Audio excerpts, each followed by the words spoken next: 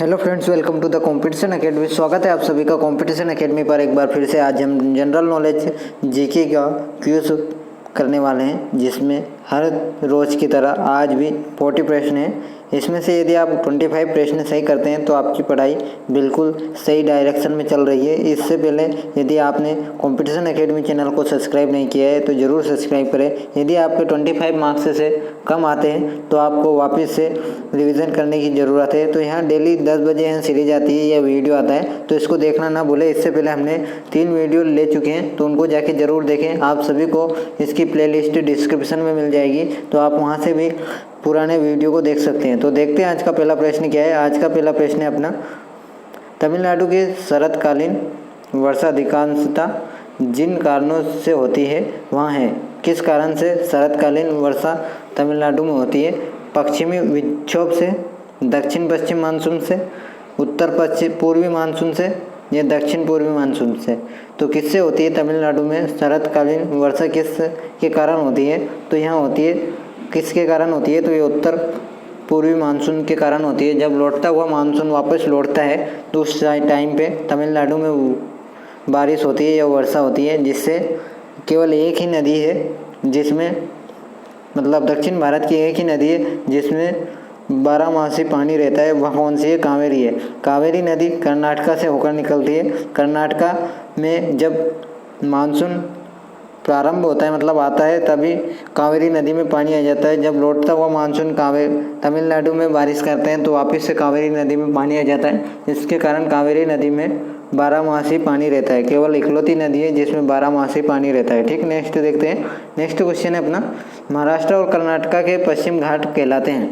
ठीक, महाराष्ट्र और कर्नाटका के बॉर्डर पर या उसके पश्चिमी घाट पर स्थित जो घाट है उनको हम क्या कहते हैं? नीलगिरी पर्वत कहते हैं, सह्याद्री कहते हैं, दक्कन का पठार कहते हैं, इनमें से कोई नहीं। तो कहते हैं अपन किसको? महाराष्ट्र और कर्नाटका के पश्चिमी घाट को क्या कहते हैं? तो इसको कहते हैं सह्याद्री। ठीक, क्या कहते हैं? सह्याद्री कहते हैं इसको। महाराष्ट्र और कर्नाटका, गोवा, तीनों राज्य, मतलब ऊपर से नीचे तक जो वेस्टर्न घाट पड़ता है अपना, उसको हम क्या कहते हैं? तो यही सह्याद्री के नाम से भी जानते हैं। ठीक, नेक्स्ट देख लेते हैं। नेक्स्ट क्वेश्चन है अपना, नाथपा झाकरी परियोजना किस राज्य में स्थित है? तो यहाँ परियोजना किस राज्य में स्थित है? तो यहाँ हिमाचल प्रदेश में स्थित है। हिमाचल प्रदेश का बेसिक हमने सुबह वाली 6 बजे वाली क्लास में कवर कर लिया है, तो उसको जाके ज़रूर देखें। हम डेली सुबह 6:15 पर डेली हम हर राज्य का जो जो इम्पोर्टेंट फैक्ट हैं उनको कवर करते हैं, तो उनको जाके ज़रूर देखें, जिससे आपको एग्ज़ाम में बहुत हेल्प होगी। ठीक, नेक्स्ट देख लेते हैं। नेक्स्ट क्वेश्चन है अपना, नेक्स्ट क्वेश्चन है, विसुवियास ज्वालामुखी किस देश में स्थित है? तो विसुवियास ज्वालामुखी किस देश में स्थित है? तो केन्या, इटली, इंडोनेशिया या मेक्सिको। तो यह कहाँ स्थित है विसुवियास ज्वालामुखी? तो यहाँ कहाँ स्थित है? तो यह इटली में स्थित है। ऑप्शन नंबर बी करेक्ट हो जाएगा। उम्मीद करता हूँ आपने इस क्वेश्चन का आंसर सही दिया होगा। नेक्स्ट देखते हैं। नेक्स्ट है, यदि पृथ्वी का अक्ष इसकी कक्षा के समतल के अनुलंब होता तो निम्नलिखित में से क्या एक घटित नहीं हुआ होता? तो क्या नहीं होता? यदि पृथ्वी का अक्ष इसकी कक्षा के समतल के अनुलंब होता तो क्या होता? तो उत्तरी ध्रुव हमेशा अंधेरे में रहेगा, दिन और रात पूरे वर्ष भर समान होंगे, मानसून मौसम में कोई परिवर्तन नहीं होगा, सूर्य भूमध्य रेखा के अनुलंब होगा। तो यदि पृथ्वी का अक्ष इसके कक्षा के समतल या अनुलंब होता तो यह होता कि उत्तरी ध्रुव हमेशा अंधेरे में रहता। ठीक, क्या होता? उत्तरी ध्रुव हमेशा अंधेरे में रहेगा। ठीक, यदि ऐसा होता है तो। ठीक, नेक्स्ट देखते हैं। नेक्स्ट क्वेश्चन है, चोल काल में सोने के सिक्के कहलाते थे। तो चोल काल में सोने के सिक्के को हम क्या कहते थे? तो चोल काल में जो सोने के सिक्के थे उनका नाम था कुलुज। क्या था? कलुंज। ये ऑप्शन नंबर फर्स्ट करेक्ट हो जाएगा। ठीक, नेक्स्ट देखते हैं। नेक्स्ट है अपना, इंदिरा पॉइंट किसकी दक्षिण नोक है? तो इंदिरा पॉइंट किसका दक्षिण नोक है? तो भारत के सबसे दक्षिणतम पॉइंट कौन सा है? तो इंदिरा पॉइंट है। तो वहाँ कहाँ स्थित है? तो वहाँ अंडमान निकोबार द्वीप समूह में स्थित है, धनुषकोडी में स्थित है, या मालदीव में स्थित है, या लक्षद्वीप में स्थित है। तो भारत का दक्षिणतम पॉइंट कहाँ स्थित है? तो अंडमान निकोबार में, निकोबार आइलैंड पर स्थित है। निकोबार आइलैंड में भी कौन से निकोबार पर स्थित है? तो ये ग्रेट निकोबार पर स्थित है। ठीक, ग्रेट निकोबार पर स्थित है अपना भारत का सबसे साउथर्न पॉइंट कौन सा? इंदिरा पॉइंट। ठीक, नेक्स्ट देखते हैं। नेक्स्ट है सतलुज एवं काली नदी के बीच हिमालय का कौन सा प्रादेशिक विभाग स्थित है। तो सतलुज और काली नदी जहाँ से निकलती है उनके बीच में कौन सा हिमालय स्थित है। ठीक, तो कौन सा है, पंजाब हिमालय, कुमायूं हिमालय है, नेपाल हिमालय या असम हिमालय है। तो कौन सा हिमालय स्थित है, तो यहाँ है कौन सा हिमालय, तो कुमायूं हिमालय सतलुज और काली नदी के बीच में स्थित है। ठीक, सतलुज नदी हिमाचल प्रदेश से होकर निकलती है। ठीक, काली नदी नेपाल की नदी है। ठीक, नेक्स्ट देखते हैं इन दोनों के बीच में कौन सा हिमालय है, कुमायूं हिमालय स्थित है। ठीक, नेक्स्ट देखते हैं। नेक्स्ट क्वेश्चन है अपना, नागरिकीकरण से संबंधित निम्नलिखित में से कौन सा कथन असत्य है। भारत में नागरिकीकरण सभी क्षेत्रों में समान रूप से हुआ। भारत में नगरीय जनसंख्या का सांद्रण अपेक्षाकृत बड़े नगरों से हुआ। कुछ अपवाद को छोड़कर भारत में नागरीकरण विकास दर सदा बढ़ती हुई है। भारत के नागरिक समस्याओं में रोजगार, आवास, प्रदूषण, ऊर्जा आदि मुख्य समस्या है।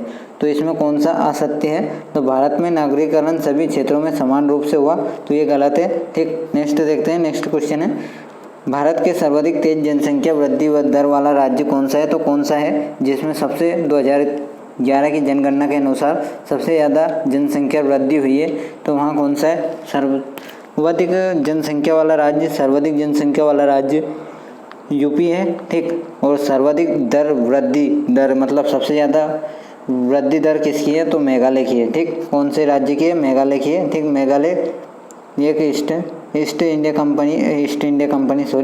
में स्थित राज्य है। ठीक, 7 सिस्टर में नाम आता है मेघालय का। ठीक, मेघालय की राजधानी क्या है, तो मेघालय की राजधानी है शिलोंग। ठीक, नेक्स्ट देख लेते हैं। नेक्स्ट क्वेश्चन है, नेक्स्ट है निम्नलिखित राज्यों में से कौन सा राज्य 3 तरफ से बांग्लादेश से घिरा है। तो तीनों तरफ से बांग्लादेश से कौन सा राज्य घिरा है, मिजोरम, मेघालय। ठीक, कौन सा राज्य है, मिजोरम है, मेघालय है, पश्चिम बंगाल है या त्रिपुरा है। तो कौन सा राज्य है, तो वो है त्रिपुरा। त्रिपुरा भारत का एक राज्य है जो ईस्ट में पड़ता है। ठीक, और यहाँ बांग्लादेश से तीनों तरफ से घिरा है। ठीक, नेक्स्ट देखते हैं। नेक्स्ट क्वेश्चन है, सिंधु नदी की सहायक नदी जो हिमाचल प्रदेश में होकर बहती है वहाँ है। सिंधु नदी की वहाँ सहायक नदी कौन सी है जो हिमाचल प्रदेश से होकर बहती है, तो हुंजा है, सतलुज है या व्यास है या रावी है। तो कौन सा है, तो वहाँ है सतलुज नदी है जो सिंधु नदी की एक सहायक नदी है जो हिमाचल प्रदेश से होकर निकलती है। ठीक, नेक्स्ट देखते हैं। नेक्स्ट क्वेश्चन है, विश्व में सर्वाधिक कागज तैयार करने वाला देश कनाडा किस प्राकृतिक प्रदेश में स्थित है। तो विश्व का सबसे ज़्यादा कागज तैयार करने वाला देश कौन सा है, तो वो है कनाडा। ठीक, वहाँ किस प्राकृतिक प्रदेश में स्थित है, भूसागरीय प्रदेश में, मानसूनी प्रदेश में, टेगा प्रदेश में या सवाना प्रदेश में। तो वहाँ कहाँ स्थित है, तो टेगा प्रदेश में स्थित है। ठीक, ऑप्शन नंबर सी करेक्ट हो जाएगा। ठीक, नेक्स्ट देखते हैं। स्कैंडिनेवियन जो कंट्री है अपनी के देश उच्च अक्षांशों में स्थित है। समान अक्षांश में स्थित देशों के भूभाग जड़े में बर्फ से जम जाते हैं, परंतु नॉर्वे के तट पर स्थित बंदरगाह नहीं जमता है। इसका कारण क्या है। ठीक, सभी जो स्कैंडिनेवियन कंट्री में आता है, नॉर्वे, स्वीडन, डेनमार्क, ये सभी जो ठंड वाले दिन आते हैं, सर्दी वाले, उसमें जम जाते हैं, मतलब बर्फ़ से सारे जमे हुए देश है।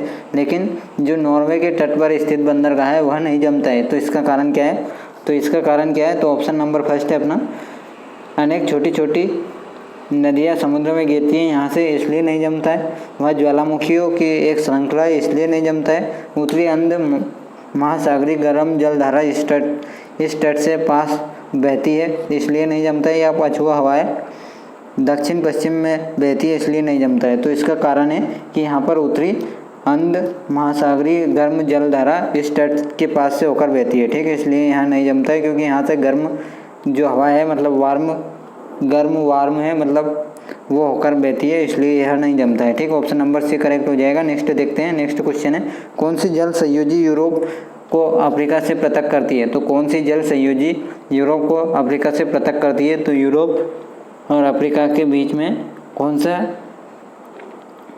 सागर स्थित है, तो वहाँ है मेडिटेरियन ओशियन, भूमध्य सागर स्थित है। ठीक, कौन सा स्थित है, भूमध्य सागर स्थित है। और इसको यूरोप से कौन अलग करता है, तो ये जिब्राल्टर संधि है। ठीक, कौन सी, ऑप्शन नंबर बी जिब्राल्टर संधि, ये यूरोप को किससे अफ्रीका से अलग करता है। ठीक, नेक्स्ट देखते हैं। नेक्स्ट क्वेश्चन है भूकंप के अध्ययन को कहते हैं, तो भूकंप के अध्ययन को क्या कहते हैं, तो सेरिकल्चर, सिस्मोलॉजी, फिलोलॉजी या एंटीमोलॉजी, क्या कहते हैं, तो सिस्मोलॉजी कहते हैं। ठीक, किसको, भूकंप के अध्ययन को क्या कहते हैं, सिस्मोलॉजी कहते हैं। ठीक, भूकंप के को नापते किस पे हैं, तो रेक्टर स्केल पर नापते हैं। ठीक, किसको, भूकंप को। ठीक, नेक्स्ट देखते हैं। नेक्स्ट क्वेश्चन है वेगनर के अनुसार निम्नलिखित में से कौन सा कथन असत्य है।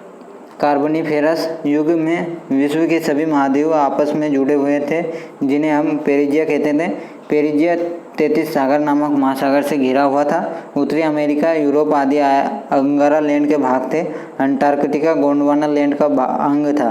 तो इसमें से कौन सा असत्य है, तो इसका असत्य है ऑप्शन नंबर बी। ठीक, उम्मीद करता हूँ आपने इसको आंसर सही दिया होगा, इस क्वेश्चन का आंसर सही दिया होगा। नेक्स्ट देखते हैं मोह स्केल से निम्नलिखित में से किसको मापन किया जाता है। ठीक, तो मोह स्केल से किसको मापा जाता है, तो किसको मापा जाता है, आकाशीय पिंड की दूरी को, बहते हुए जल की गति को, वायुयान का जलयानों की गति को या चट्टानों की कठोरता को। तो किसको नापा जाता है मोह स्केल से, तो मोह स्केल से नापा जाता है किसको, चट्टानों की कठोरता को। ठीक है, तो option number b d correct हो जाएगा। ठीक, नेक्स्ट देखते हैं। नेक्स्ट क्वेश्चन है अपना विश्व में सबसे पहले नाइट्रेट की प्राप्ति निम्नलिखित में से किस स्थान पर हुई थी। तो विश्व में सबसे पहले नाइट्रेट की प्राप्ति किस देश में हुई थी या किस पठार में हुई थी, तो तिब्बत का पठार, चिली का पठार, कोलंबिया का पठार, ब्राज़ील का पठार। तो कहाँ हुई थी, तो ये हुई थी चिली के पठार में। ठीक, ऑप्शन नंबर बी करेक्ट हो जाएगा। नेक्स्ट देखते हैं। नेक्स्ट क्वेश्चन है अपना कौन सा देश पहले न्यू ग्रेनेडा के नाम से जाना जाता था, ग्रेनेडा के नाम से जाना जाता था। तो कौन सा देश पहले न्यू ग्रेनेडा के नाम से जाना जाता था, तो कोलंबिया, बोलिविया, वेनेजुएला, पेरू। तो कौन सा देश है वहाँ, तो वहाँ है अपना कोलंबिया। ठीक, ऑप्शन नंबर फर्स्ट करेक्ट हो जाएगा। नेक्स्ट देखते हैं। नेक्स्ट क्वेश्चन है पुरुषपुर निम्नलिखित में से किसका दूसरा नाम है। तो पुरुषपुर किसका दूसरा नाम था, तो पटना का, पाटलिपुत्र का, पेशावर का या पंजाब का। तो पुरुषपुर पेशावर का दूसरा नाम था। ठीक, नेक्स्ट देखते हैं। नेक्स्ट क्वेश्चन है क्वेश्चन नंबर 22 है अपना 44वें संविधान संशोधन विधेयक द्वारा किस मौलिक अधिकार को सामान्य वैधिक अधिकार बना दिया गया था, वैधानिक अधिकार बना दिया गया था। तो कौन सा अधिकार है, तो स्वतंत्रता का अधिकार, समानता का अधिकार, संपत्ति का अधिकार, संस्कृति शिक्षा का अधिकार। तो 44वें संविधान संशोधन विधेयक के द्वारा संपत्ति के अधिकार को एक वैधानिक अधिकार बना दिया गया था। ठीक, किसको, संपत्ति का अधिकार। ठीक, संपत्ति का अधिकार को एक सामान्य संवैधानिक अधिकार बना दिया, संवैधानिक नहीं, वैधानिक अधिकार बना दिया था। ठीक, नेक्स्ट देखते हैं। जयप्रकाश नारायण किस पार्टी से जुड़े हैं, तो जयप्रकाश नारायण आप सभी को पता है किस पार्टी से जुड़े हैं, तो किससे, सोशलिस्ट पार्टी से जुड़े हुए हैं। ठीक, नेक्स्ट देखते हैं। नेक्स्ट क्वेश्चन है 24 भारतीय कालीन प्रौद्योगिक संस्थान कहाँ स्थित है। तो भारतीय कालीन प्रौद्योगिक संस्थान कहाँ स्थित है, तो ये है अपना कहाँ पर, तो ये है अपना भदोही में। ठीक, ऑप्शन नंबर सी करेक्ट हो जाएगा। ठीक, नेक्स्ट देखते हैं। नेक्स्ट क्वेश्चन है अपना संविधान का वहाँ कौन सा भाग है जो संविधान के निर्माताओं के मस्तिष्क और उद्देश्य का प्रतिबिंबित करता है। ठीक, कौन सा भाग है जो संविधान के निर्माता के मस्तिष्क और उद्देश्यों को प्रतिबिंबित करता है, तो कौन सा है, तो मूल अधिकार है, संविधान की प्रस्तावना है, राज्य के नीति निर्देशक तत्व है, भारतीय नागरिकता है। तो ये है कौन सा, राज्य के नीति निर्देशक तत्व। ऑप्शन नंबर सी करेक्ट हो जाएगा। ठीक, पार्ट नंबर 4 में आते हैं राज्य के नीति निर्देशक तत्व। ठीक, आर्टिकल 36 से 51 तक राज्य के नीति निर्देशक तत्व आते हैं। ठीक, नेक्स्ट देखते हैं। नेक्स्ट क्वेश्चन है राज्यसभा के सदस्य को नामित करने का अधिकार निम्नलिखित में से किसको है। तो राज्यसभा के सदस्य को नामित करने का अधिकार निम्नलिखित में से राष्ट्रपति को है। ठीक, ऑप्शन नंबर फर्स्ट करेक्ट हो जाएगा। ठीक, नेक्स्ट देखते हैं। नेक्स्ट क्वेश्चन है 1938 में किस व्यक्ति ने वयस्क मताधिकार के आधार पर संविधान सभा का गठन की मांग की थी। तो किसने की थी, महात्मा गांधी ने, जवाहरलाल नेहरू ने, सुभाष चंद्र बोस ने, वल्लभ भाई पटेल ने। तो किसने की थी 1938 में किस व्यक्ति ने वयस्क मताधिकार के आधार पर संविधान सभा के गठन की मांग की थी, तो वो थे अपने भारत के पहले प्रधानमंत्री जवाहरलाल नेहरू। ठीक, उन्होंने 1938 में वयस्क मताधिकार के आधार पर संविधान सभा के गठन का मांग की थी। ठीक, नेक्स्ट देखते हैं। नेक्स्ट क्वेश्चन है 28 वे राष्ट्रीय नेता कौन थे जो 1925 में सेंट्रल लेजिस्लेटिव असेंबली के अध्यक्ष निर्वाचित हुए थे? तो कौन से राष्ट्रीय नेता थे जो 1925 में सेंट्रल लेजिस्लेटिव असेंबली के अध्यक्ष निर्वाचित हुए थे? मोतीलाल नेहरू है, CR दास है, वल्लभ भाई पटेल है, विट्ठल भाई पटेल है। तो कौन है? तो ये है अपने विट्ठल भाई Patel. Option number D correct हो जाएगा। ठीक, नेक्स्ट देखते हैं। नेक्स्ट क्वेश्चन है अपना, उत्तर प्रदेश के निर्यात प्रोसेसिंग क्षेत्र कहाँ स्थित है? तो निर्यात प्रोसेसिंग क्षेत्र कहाँ स्थित है? तो मुरादाबाद, कानपुर, नोएडा, अलीगढ़। तो कहाँ स्थित है? तो ये नोएडा में स्थित है। ऑप्शन नंबर सी करेक्ट हो जाएगा। ठीक, नेक्स्ट देखते हैं। नेक्स्ट क्वेश्चन है, निम्नलिखित में से कौन सम्मिलित है? तो एलोर शक ने बनवाया था, महाबलीपुरम राष्ट्रकूट द्वारा बनवाया गया था, मीनाक्षी मंदिर पल्लव द्वारा बनवाया गया था, या खजुराहो चंदेल शासकों द्वारा बनाया था। तो किस निम्नलिखित में से कौन सा सही सम्मिलित है? तो कौन सा है? तो एलोरा शक ने नहीं बनवाया था। ठीक, ये राष्ट्रकूटों ने बनवाया था। ठीक, महाबलीपुरम ये राष्ट्रकूटों ने नहीं बनवाया था, मीनाक्षी मंदिर भी पल्लव ने नहीं बनवाया था, खजुराहो चंदेल शासकों ने बनवाया था। ठीक, नेक्स्ट देखते हैं। नेक्स्ट क्वेश्चन है, अकबर के साम्राज्य विस्तार का आरंभ किस विजय से हुआ था? तो अकबर के साम्राज्य का विस्तार किस के विजय के आरंभ में हुआ था? तो मालवा विजय के बाद साम्राज्य विस्तार शुरू हुआ था किसका? अकबर का। ठीक, नेक्स्ट देखते हैं। नेक्स्ट क्वेश्चन है, क्वेश्चन नंबर 32 है, सामान्य न्याय और निःशुल्क विधि सहायता का प्रावधान संविधान के किस अनुच्छेद में है? तो समान न्याय होना चाहिए और निःशुल्क विधि सहायता का प्रावधान किस संविधान के किस अनुच्छेद में है? तो अनुच्छेद नंबर 39A। ठीक, ऑप्शन नंबर बी करेक्ट हो जाएगा। ठीक, किसमें? अनुच्छेद 39A में क्या है? समान न्याय और निःशुल्क विधि सहायता का प्रावधान है। ठीक, नेक्स्ट देखते हैं। नेक्स्ट क्वेश्चन है अपना, हेबर विधि द्वारा अमोनिया के उत्पादन में किस उत्प्रेरक का उपयोग किया जाता था? तो हेबर विधि द्वारा अमोनिया के उत्पादन में, आप सभी को पता है, अमोनिया के उत्पादन में किस उत्प्रेरक का प्रयोग किया जाता था? तो वो था लोहा। ठीक, किसका? आयरन का प्रयोग किया जाता था। ठीक, नेक्स्ट देखते हैं, भारहीनता होती है, भारहीनता क्यों होती है? गुरुत्वाकर्षण की जीरो स्थिति में, जब गुरुत्वाकर्षण घटता है, निर्वात की स्थिति में, इनमें से कोई नहीं। तो ये है गुरुत्वाकर्षण के शून्य स्थिति में। ठीक, ऑप्शन नंबर फर्स्ट करेक्ट हो जाएगा। नेक्स्ट देखते हैं। नेक्स्ट क्वेश्चन है अपना, क्वेश्चन नंबर 35 है, निम्नलिखित में से वह अंग कौन सा है जो मानव शरीर में ग्लाइकोजन के रूप में कार्बोहाइड्रेट को जमा करता है?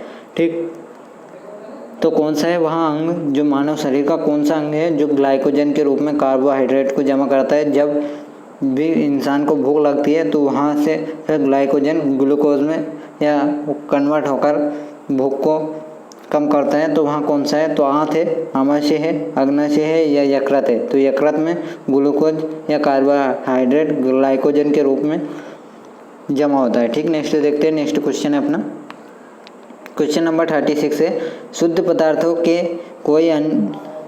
शुद्ध पदार्थ में कहीं अन्य पदार्थ मिला देने पर उसके गलनांक पर क्या प्रभाव बढ़ेगा? तो वो बढ़ जाता है, घट जाता है, अपरिवर्तित रहता है, या पहले बढ़ता है फिर घटता है?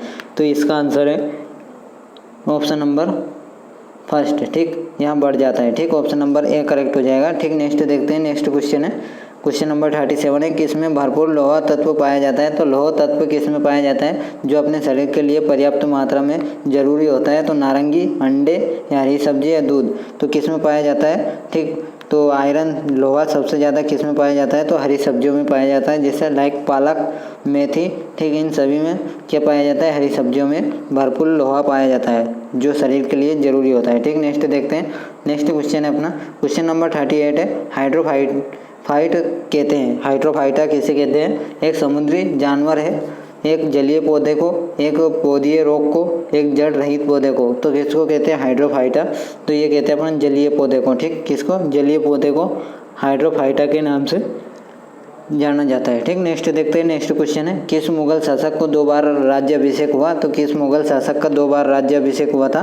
तो अकबर का, जहांगीर का, शाहजहां का, औरंगजेब का? तो किसका हुआ था? तो औरंगजेब का हुआ था 2 बार राज्याभिषेक। ठीक, नेक्स्ट देखते हैं। नेक्स्ट क्वेश्चन है, क्वेश्चन नंबर 40 है, आज का लास्ट प्रश्न है, किसने विवेकानंद को आधुनिक राष्ट्रीय आंदोलन का आध्यात्मिक पिता की संज्ञा दी थी। तो किसने दी थी? तो सुभाष चंद्र बोस ने, रविंद्रनाथ टैगोर ने, महात्मा गांधी ने, अरविंदो घोष ने। तो किसने दी थी? तो रविंद्रनाथ टैगोर ने विवेकानंद को आधुनिक राष्ट्रीय आंदोलन का आध्यात्मिक पिता की संज्ञा दी थी। ठीक, तो उम्मीद करता हूँ आपको सेशन अच्छा लगा होगा और कमेंट बॉक्स में कमेंट करके ये जरूर बताएं कि आपको कितने मार्क्स आए। और इससे पहले यदि आपने वीडियो अच्छी लगे तो वीडियो लाइक करें, शेयर करें, कॉम्पिटिशन एकेडमी चैनल को जरूर सब्सक्राइब करें। Thank you, good bye, have a nice day, thank you.